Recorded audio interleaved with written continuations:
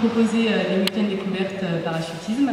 Et donc c'est comme ça que l'aventure a débuté en 2007, avec un premier week-end découverte. Ensuite on en a fait un deuxième, et au bout du troisième j'ai commencé la compétition. Et donc ça a été une grande révélation, parce qu'en fait j'avais fait de la compétition en milieu valide, chose que j'avais dû arrêter compte tenu de mon état de santé. Et donc je suis passée en milieu de loisirs, ça a été compliqué.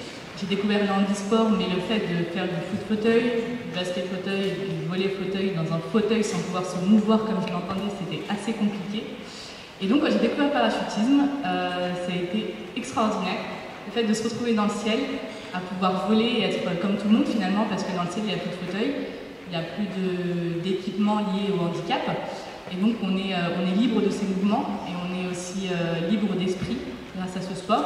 Et donc quand on a commencé la compétition, donc en 2013, qui s'appelle en fait la discipline la voltige tandem handisport. Donc l'objectif étant de monter à 4000 mètres avec un avion. Une fois qu'on est à 4000 mètres, on ouvre la porte de l'avion. J'ai ma caméraman qui va à l'extérieur de l'avion, qui se retrouve un pied accroché à l'avion et un bras. Et j'ai les pieds dans le vide à 4000 mètres avec mon moniteur qui est dans mon dos. On est accroché, et là, à 1, 2, 3, on se jette. On chute à peu près à 230 km/h. Et l'idée, en fait, c'est de se mettre face à la caméraman. Donc, une fois que moi, je suis dans le ciel, en pleine chute libre, ma caméraman arrive face à moi. Une fois qu'elle est face à moi, elle me donne le top départ. Et à partir de ce moment-là, je commence à faire des tours de voltige. Donc, un premier tour à droite, un autre tour à gauche, un autre tour à droite et un dernier à gauche. Et en fait, la caméraman va servir d'axe de repère principal. Et donc, l'objectif étant d'être le plus rapide possible et le plus propre possible. Et donc avec mon équipe, donc Daniel Durand et mon moniteur et Marie-Alice Dizien, on est actuellement quadruple champion de France et vice-champion à l'international. Et donc ce sport m'a permis de viser les étoiles, quand bien même je pensais que c'était impossible. Et donc voilà, cette année, compte tenu de l'avancée aussi de la maladie, il est temps pour moi de vaquer à de nouveaux horizons et d'aller viser d'autres sommets. Et donc je quitte ce magnifique sport. Alors, moi j'ai même une question, parce que quand vous expliquez comment vous faites la voltige, vous faites des petits gestes comme ça, on tourne comme ça, on tourne comme ça, et pour moi ça n'a pas l'air si simple du tout. Vous nous faites un petit geste très mignon. Alors, en fait, au niveau vous pouvez techniquement, et pas seulement techniquement, mentalement, nous expliquer un peu plus. Alors oui, donc en fait, au niveau de ce qu'il faut comprendre, au niveau de ce sport, on est dans le vide à près de 4000 mètres, on est à 230 km/h et donc en fait le moindre mouvement a un impact considérable. Et donc une fois en fait que j'arrive dans le ciel, je mets mes mains comme ça. Et donc à partir du moment où j'effectue ce geste-là, il y a une sorte d'aspiration au niveau de l'air qui arrive. Et donc le mouvement en fait, en faisant ce mouvement-là, ça permet de faire un tour. Et donc c'est-à-dire que dans ma tête, je tourne avec les bras. Et je visualise dans ma tête le tour complet à 360 degrés et j'ai des repères dans ma tête qui me permettent d'arrêter le tour et de calculer l'inertie pour arriver face caméra et éviter d'avoir des pénalités. Ce qui me permet en fait d'obtenir la meilleure performance escomptée. Donc je vais tourner à peu près au niveau de mon dos, de mon épaule gauche. Je sais que mon tour va commencer à s'arrêter, donc avec l'inertie et en fonction de mon poids et du poids du moniteur, je vais m'arrêter face à ma caméraman.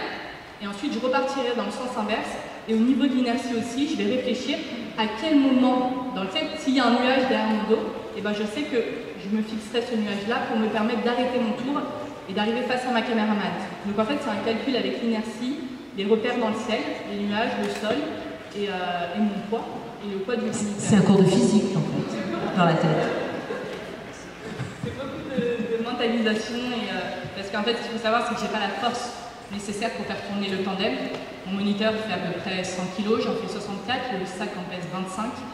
Le tout, c'est de pouvoir faire tourner l'intégralité de ce poids-là en un temps minimum pour pouvoir réussir à faire les 4 tours le plus rapidement possible. Je n'ai pas la force nécessaire pour le faire, j'essaie de compenser mentalement ce qui n'est pas possible physiquement. Avec beaucoup de visualisation et beaucoup aussi de... Comment on atterrit? Alors, bonne question, on a une combinaison spécifique. Donc, qui fait qu'une fois en fait qu'on ouvre le parachute, mon moniteur me donne les commandes, il tire sur des sangles qui sont au niveau de mes jambes, et donc je me retrouve déjà en position assise, à quelques mètres du sol, et ensuite on atterrit sur les fesses. Forcément, ça marche. Oui. Ça fait 10 ans, donc j'ai jamais eu de soucis. Très bien. Et est-ce qu'on peut avoir une idée des nouveaux horizons, puisque vous allez lâcher justement l'horizon Alors, le vrai. alors je me suis pas autant projetée, mais là l'idée en fait c'est, j'avais un leitmotiv en commençant ce sport-là, c'était de viser des sommets pour atteindre l'excellence. Aujourd'hui j'ai la sensation d'être arrivée au bout, parce que ça fait 6 ans qu'on a débuté les compétitions en handifly, ça fait 6 ans qu'on fait des podiums. Et donc, je vais garder ce fil rouge, l'excellence et la performance, pour aller faire de nouveaux projets, pour pouvoir m'épanouir autrement. C'était ça ma question. Nouveaux projets? Non.